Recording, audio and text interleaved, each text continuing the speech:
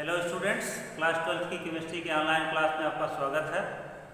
आज के लेक्चर में हम लोग धातु आधिक्य दोष के दूसरे कारण का अध्ययन करेंगे कि आयनिक क्रिस्टलों में धातुओं की अधिकता कैसे हो जाती है। तो इसका जो दूसरा कारण बताया गया है,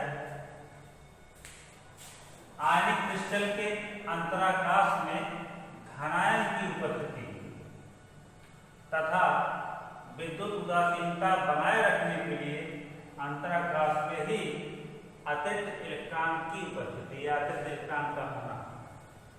तो एक धातु आधिक्य दोष का एक दूसरा कारण है कि आयनिक यौगिकों के क्रिस्टल में क्यों धातु आधिक्य दोष हो जाता है। तो आइए इसे समझते हैं। तो क्रिस्टल जालक के बनते समय, जैसे यहाँ पे एक आयनिक यौगिक का किसी आयनिक यौगिक के क्रिस्टल जालक का हमने यहाँ पर स्ट्रक्चर बना दिया है। तो इसमें आप देख रहे होंगे जो पहला वर्ड लिखा हुआ है आयनिक क्रिस्टल के अंतराकाश में धनायन की उपस्थिति। आप देख रहे होंगे कि यहाँ एक धनायन है M+ नाम से। तो इस आयनिक यौगिक के क्रिस्टल जालक के अंदर एक धनायन की उपस्थिति हो गई और इसके चार्ज को बैलेंस करने के लिए देखिए क्या लिखा है, विद्युत उदासीनता को बनाए रखने के लिए अंतराकाश में ही अतिरिक्त इलेक्ट्रॉन का होना, यानी इसके चार्ज को बैलेंस करने के लिए किसी आयनिक यौगिक के क्रिस्टल के अंदर ही किसी इलेक्ट्रॉन का या किसी अतिरिक्त इलेक्ट्रॉन का उपस्थित होना। इस तरह से आपको क्लियर हो गया होगा ये हेडिंग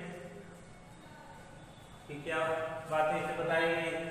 तो कैसे ये सब होता है आइए इसको समझते हैं। क्रिस्टल जालक के बनते समय पदार्थ को गर्म करने पर ऋणायन वास्तव में अधातुओं के जो आयन होते हैं, अधातुओं का प्रमुख गुण होता है कि इलेक्ट्रॉन ग्रहण करके ऋणावेशित आयन में परिवर्तित हो जाना।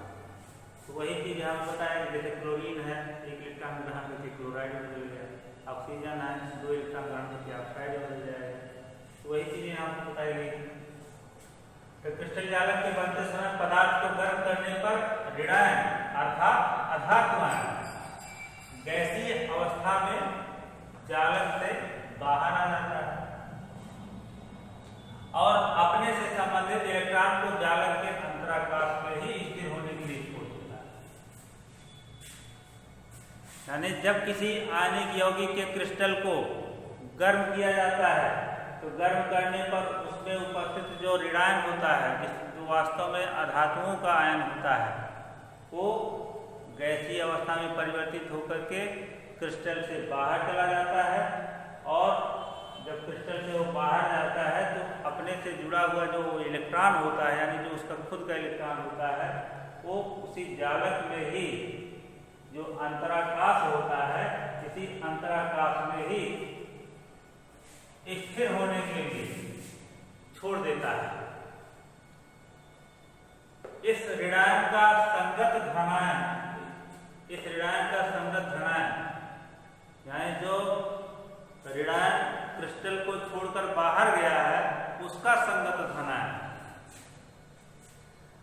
इस इलेक्ट्रॉन के साथ ही अंतराकाश में अपना स्थान बना लेता है। एक यहाँ पर देखिए आयनिक यौगिक का क्रिस्टल जालक का स्ट्रक्चर है। किसी आयनिक यौगिक के क्रिस्टल जालक का यहाँ पर स्ट्रक्चर है। इस आयनिक यौगिक के क्रिस्टल को जब गर्म किया गया तो गर्म करने पर जो अधातु का ऋणायन है, वो अधातु का ऋणायन क्रिस्टल जालक को छोड़ करके बाहर चला गया, लेकिन जाते समय उसने अपना इलेक्ट्रॉन इसी क्रिस्टल जालक के अंतराकाश में ही स्थिर रहने के लिए छोड़ दिया। तो यहाँ पर देखिए इलेक्ट्रॉन छूट गया। अब उस ऋणायन को बैलेंस करने वाला जो धनायन है वो भी अब इधर उधर रहने के लिए भटकने लगा।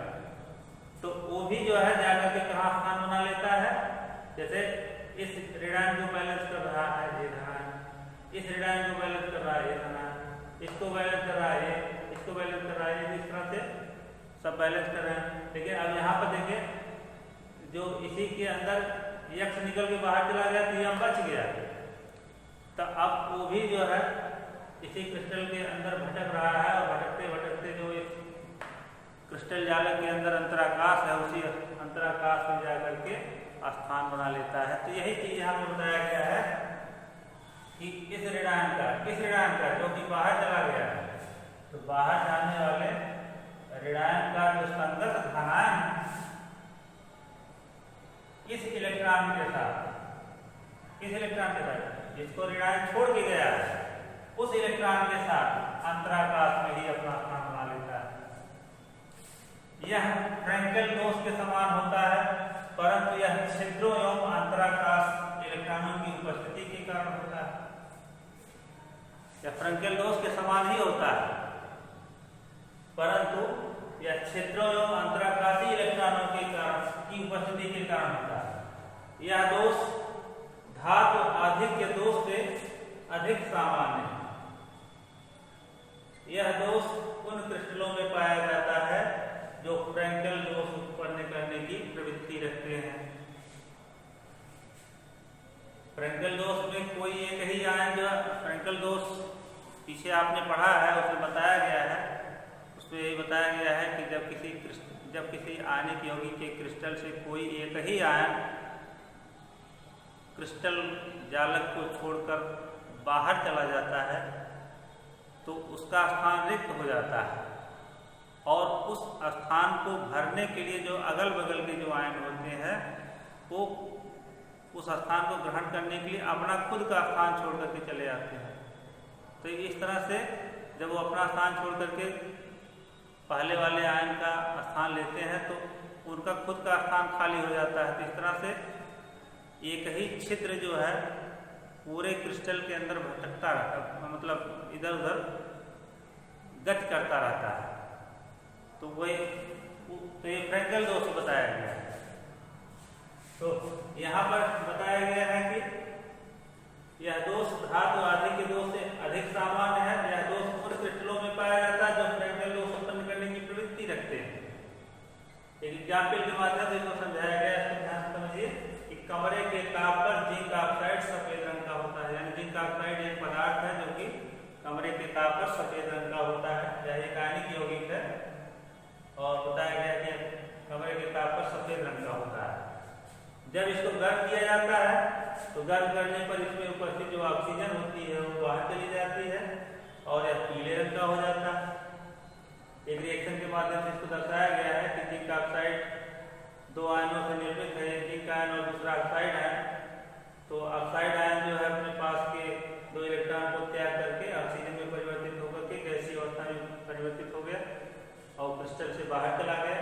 अब क्रिस्टल में जिंक का आधिक्य हो जाता है, यानी क्रिस्टल में केवल जिंक की अधिकता हो जाएगी तथा इसका सूत्र जिंक यानी Zn1+X बन जाता है। आधिक्य में उपस्थित जिंक आयन अंतराकाशीय स्थलों में और इलेक्ट्रॉन निकटवर्ती अंतराकाशीय स्थलों में चले जाते हैं।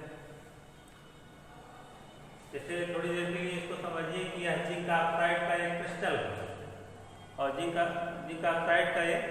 ऑक्साइड यौगिक का क्रिस्टल है।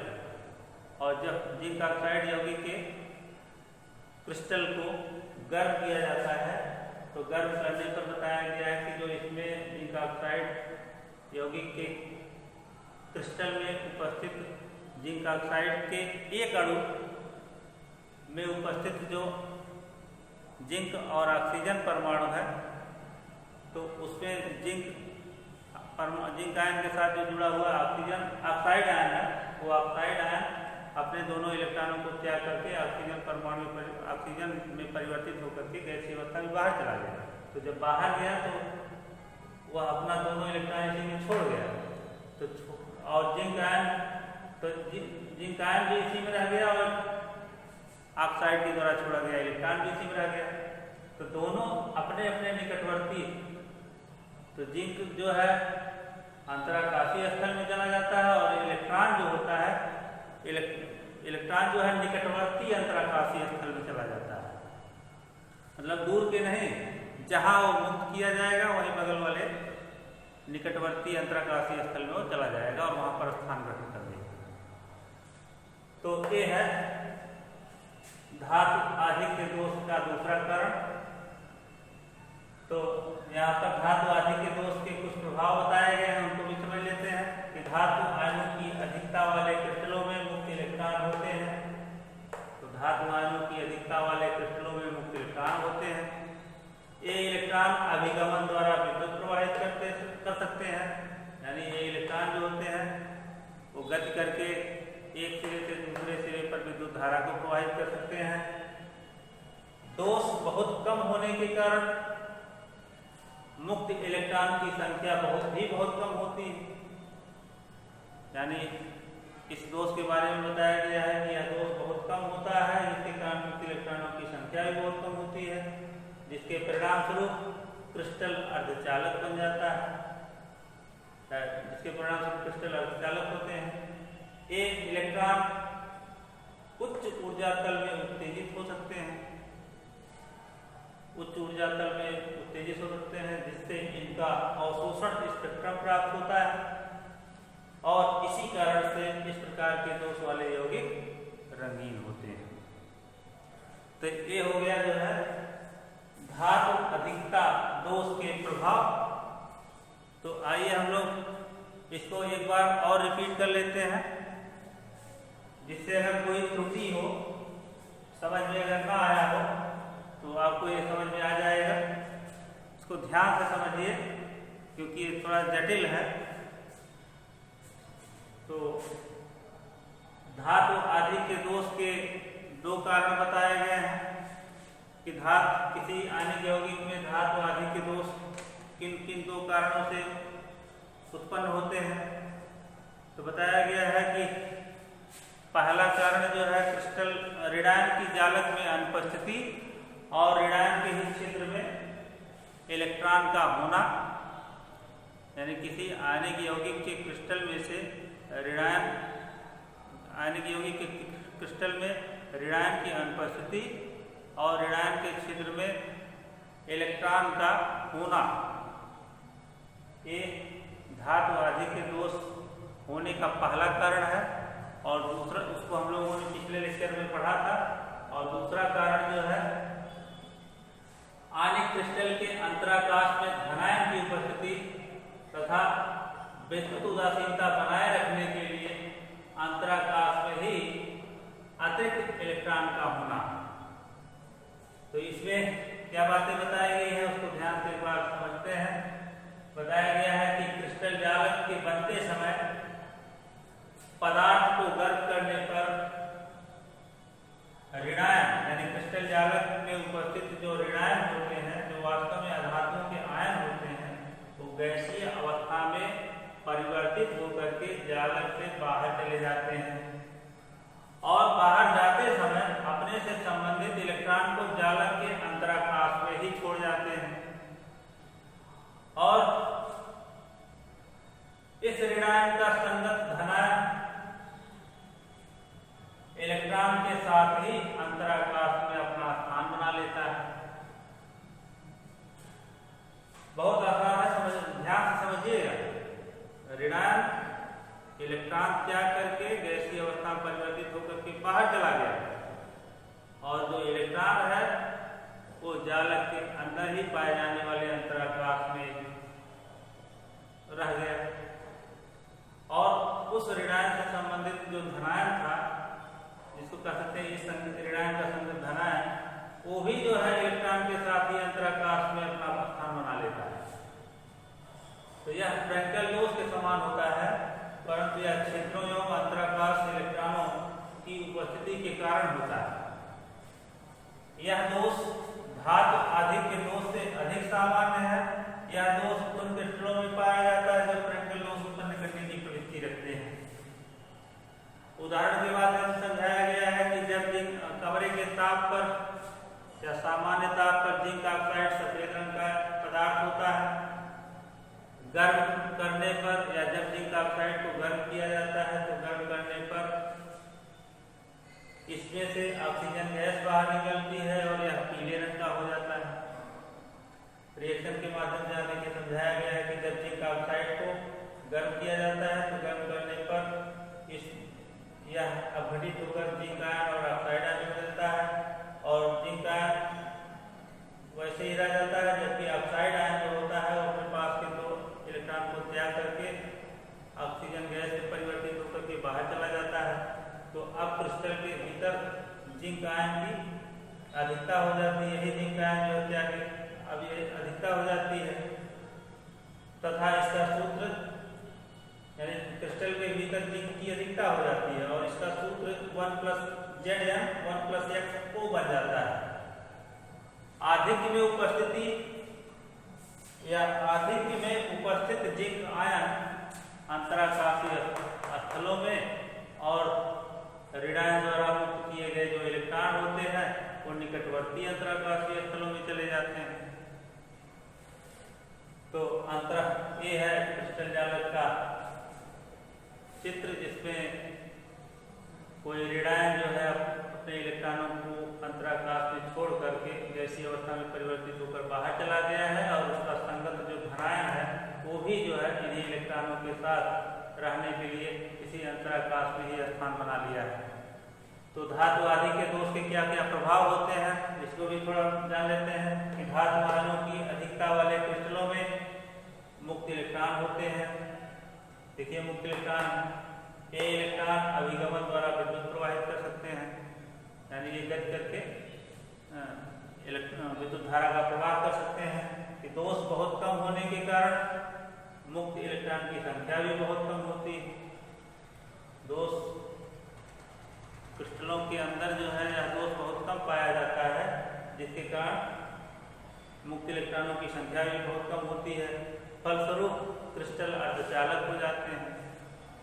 ये इलेक्ट्रॉन उच्च ऊर्जा तल में उत्तेजित हो सकते हैं, जिससे इनका अवशोषण स्पेक्ट्रम प्राप्त होता है और इसी कारण से इस प्रकार के दोष वाले यौगिक रंगीन होते हैं। तो आज के लेक्चर में बस इतना ही। से नेक्स्ट वीडियो में धन्यवाद।